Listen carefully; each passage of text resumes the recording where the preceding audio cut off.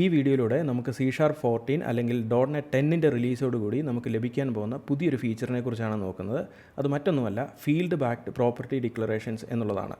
അപ്പോൾ എന്താണ് ഈ ഫീൽഡ് ബാക്ക്ഡ് പ്രോപ്പർട്ടി ഡിക്ലറേഷൻസ് എന്ന് നമുക്കിപ്പോൾ നോക്കാം. അത് മനസ്സിലാക്കുന്നതിന് വേണ്ടിയിട്ട് ഞാനിവിടെ ഒരു പുതിയ കൺസോൾ ആപ്ലിക്കേഷൻ ക്രിയേറ്റ് ചെയ്തിട്ടുണ്ട്. ഈ കൺസോൾ ആപ്ലിക്കേഷൻ ഇപ്പോൾ യൂസ് ചെയ്യുന്നത് .NET 9 ആണ്. ഇനി നമുക്ക് നമ്മുടെ സോഴ്സ് കോഡിലേക്ക് തിരിച്ചു വരാം. ഈ ഫീൽഡ് ബാക്ക്ഡ് പ്രോപ്പർട്ടി ഡിക്ലറേഷൻസ് എന്താണെന്ന് മനസ്സിലാക്കുന്നതിന് വേണ്ടിയിട്ട് നമുക്ക് ആദ്യം തന്നെ ഒരു ക്ലാസ്സും കുറച്ച് പ്രോപ്പർട്ടീസും എഴുതേണ്ടതായിട്ടുണ്ട്. So let's write a class. So class keyword ഉപയോഗിച്ചുകൊണ്ട് ക്ലാസ് എഴുതുന്നു. ഈ ക്ലാസ്സിന് നമുക്ക് പേഴ്സൺ എന്ന പേര് കൊടുക്കാം. അതിനുശേഷം രണ്ട് പ്രോപ്പർട്ടീസ് നമുക്ക് ഇതിൻ്റെ അകത്ത് ഡിക്ലെയർ ചെയ്യാം. പ്രോപ്പ് ടാബ് സ്ട്രിങ് നെയിം എന്നുള്ളതാണ് ഒന്നാമത്തെ പ്രോപ്പർട്ടി. രണ്ടാമത്തെ property prop tab int tab age എന്നാണ് രണ്ടാമത്തെ പ്രോപ്പർട്ടി. നമുക്കിപ്പോൾ ആദ്യം തന്നെ ഒരു സിറ്റുവേഷൻ നോക്കാം. ഈ നെയിം എന്ന പ്രോപ്പർട്ടിയുടെ വാല്യൂ ആക്സസ് ചെയ്യുന്ന സമയത്ത് അല്ലെങ്കിൽ ഗെറ്റ് ചെയ്യുന്ന സമയത്ത് അത് അപ്പർ കേസിൽ നമുക്ക് റിട്ടേൺ ചെയ്യണം. അപ്പോൾ അതിന് വേണ്ടിയിട്ട് നമുക്ക് എന്താണ് ചെയ്യാൻ കഴിയുക?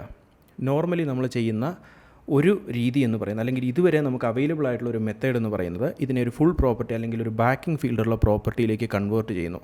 ഇപ്പോൾ നമുക്കിവിടെ പ്രൈവറ്റ് അണ്ടർസ്കോർ സ്ട്രിങ് നെയിം ഉണ്ട്.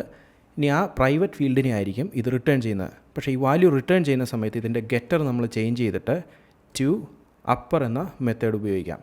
ഇപ്പോൾ നമ്മൾ ഈ പേഴ്സൻ്റെ നെയിം ആക്സസ് ചെയ്യാൻ ശ്രമിക്കുകയാണെങ്കിൽ അപ്പർ കേസിലായിരിക്കും നെയിം നമുക്ക് ലഭിക്കുന്നത്. ഇനി അതേപോലെ തന്നെ ഈ നെയിം നമ്മൾ സെറ്റ് ചെയ്യുന്ന സമയത്ത് ഇപ്പോൾ എക്സസ് ആയിട്ടുള്ള വൈറ്റ് സ്പേസസ് ഒക്കെ ട്രിം ചെയ്യണമെങ്കിൽ നമുക്ക് എന്ത് ചെയ്യാൻ കഴിയും? അതിന് വേണ്ടിയിട്ട് നമുക്ക് ഇങ്ങനെ എഴുതാം: name equal to value dot trim. So ഇപ്പോൾ നമ്മൾ നെയിം സെറ്റ് ചെയ്യുമ്പോൾ വാല്യൂ ട്രിം ചെയ്യും, അല്ലെങ്കിൽ എക്സസ് സ്പേസസ് കട്ട് ചെയ്തിട്ടാണ് സെറ്റ് ചെയ്യുന്നത്. അതേപോലെ തന്നെ നെയിം റിട്ടേൺ ചെയ്യുമ്പോൾ അത് അപ്പർ കേസിലായിരിക്കും റിട്ടേൺ ചെയ്യുന്നത്. അപ്പോൾ ഇതുപോലുള്ള കാര്യങ്ങൾ നമുക്ക് ഗെറ്ററിലോ സെറ്ററിലോ എഴുതേണ്ടി വന്നിരുന്നെങ്കിൽ നമ്മൾ നേരത്തെ മെത്തേഡ് അനുസരിച്ച് ഒരു പ്രൈവറ്റ് ഫീൽഡ് ഇവിടെ ഡിക്ലെയർ ചെയ്യേണ്ടതായിട്ട് വരുന്നു. പക്ഷേ ഈ ഫീൽഡ് ബാക്ക്ഡ് പ്രോപ്പർട്ടി ഡിക്ലറേഷൻസ് എന്ന ഫീച്ചറിൻ്റെ വരവോടുകൂടി നമുക്ക് ഈ പ്രൈവറ്റ് ഫീൽഡിൻ്റെ ഡിക്ലറേഷൻ ഒഴിവാക്കാവുന്നതാണ്. സോ അതെങ്ങനെയാണെന്ന് നമുക്കിപ്പോൾ ഒന്ന് നോക്കാം.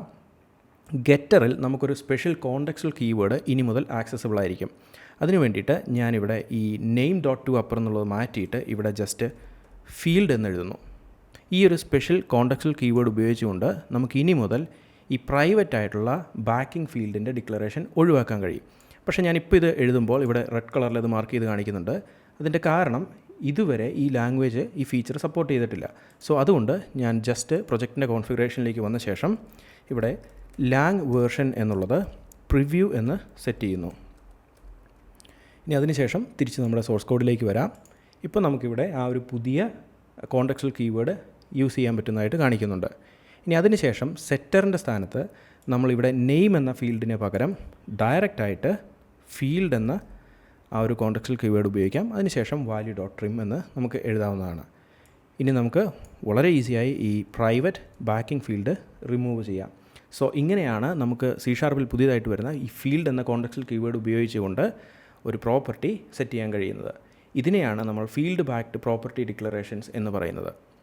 ഇനി നമുക്ക് മറ്റൊരു ഉദാഹരണം കൂടെ നോക്കാം. ഇപ്പോൾ നമുക്കിവിടെ രണ്ടാമത് ഏജ് എന്ന ഒരു പ്രോപ്പർട്ടി ഉണ്ട്. ഈ ഏജ് സെറ്റ് ചെയ്യുന്ന സമയത്ത് നമുക്കൊരിക്കലും 0ക്ക് താഴേക്ക് അല്ലെങ്കിൽ നെഗറ്റീവ് വാല്യൂസ് ഏജിന് സെറ്റ് ചെയ്യാൻ സമ്മതിക്കരുത്. അപ്പോൾ എങ്ങനെയാണ് നമുക്കത് ചെയ്യാൻ കഴിയുക? ഇപ്പോൾ ഞാനിവിടെ ഏജിൻ്റെ മുകളിലേക്ക് മൗസ് കൊണ്ടുവന്ന് അതിലൊന്ന് ക്ലിക്ക് ചെയ്യുന്ന പ്രോപ്പർട്ടിയിൽ ക്ലിക്ക് ചെയ്ത ശേഷം കൺട്രോൾ ഡോട്ട് കൊടുക്കുകയാണെങ്കിൽ എനിക്കിവിടെ റൈഡർ രണ്ട് ഓപ്ഷൻസ് കാണിക്കുന്നുണ്ട്. ഒന്ന് to property with field keyword എന്നുള്ളതാണ്. രണ്ടാമത്തേത് to property with backing field എന്നുള്ളതാണ്.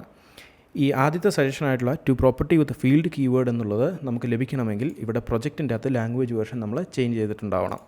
സോ ഏതായാലും നമുക്ക് ആ ഓപ്ഷൻ ഒന്ന് തിരഞ്ഞെടുക്കാം, to property with field keyword. ഇപ്പോൾ കണ്ടോ, automatically get goes to field, അതേപോലെ തന്നെ setter field equal to value എന്ന് ഇവിടെ എഴുതിയിട്ടുണ്ട്. സോ നമുക്കിപ്പോൾ ഈ സെറ്റർ ഒന്ന് മോഡിഫൈ ചെയ്യാം. അതിനുശേഷം നമ്മുടെ ആ ഒരു വാലിഡേഷൻ ലോജിക്ക് നമുക്കിവിടെ നിന്ന് വളരെ ഈസി ആയിട്ട് ഇംപ്ലിമെൻറ്റ് ചെയ്യാം. So field equal to value നമുക്ക് ചെക്ക് ചെയ്യണം. വാല്യൂ ഗ്രേറ്റർ ദാൻ 0 അങ്ങനെയാണെങ്കിൽ നമുക്കവിടെ വാല്യൂ തന്നെ റിട്ടേൺ ചെയ്യാം. ഇനി അതല്ല എങ്കിൽ, ഇവിടെ ക്വസ്റ്റ്യൻ മാർക്കാണ്, ടെർണറി ഓപ്പറേറ്ററാണ് നമ്മൾ ഉപയോഗിക്കുന്നത്. ഇനി അതല്ല എങ്കിൽ നമുക്ക് ത്രോ ന്യൂ എക്സെപ്ഷൻ എന്ന തൽക്കാലത്തേക്ക് ഇവിടെ എഴുതാം.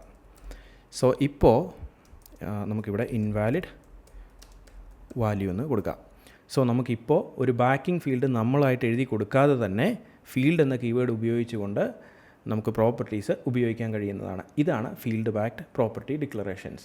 സോ ഇത് റിലീസ് ചെയ്യുമ്പോൾ നമുക്ക് നമ്മുടെ കോഡിൽ ഉപയോഗിച്ച് തുടങ്ങാം. വളരെ നല്ലൊരു ഫീച്ചറായിട്ടാണ് എനിക്ക് തോന്നുന്നത്. കാരണം ഇനി നമ്മൾ മാനുവലി പ്രൈവറ്റ് ബാക്കിംഗ് ഫീൽഡ്സ് ഇങ്ങനെ ഡിക്ലെയർ ചെയ്യേണ്ട ആവശ്യം വരുന്നില്ല.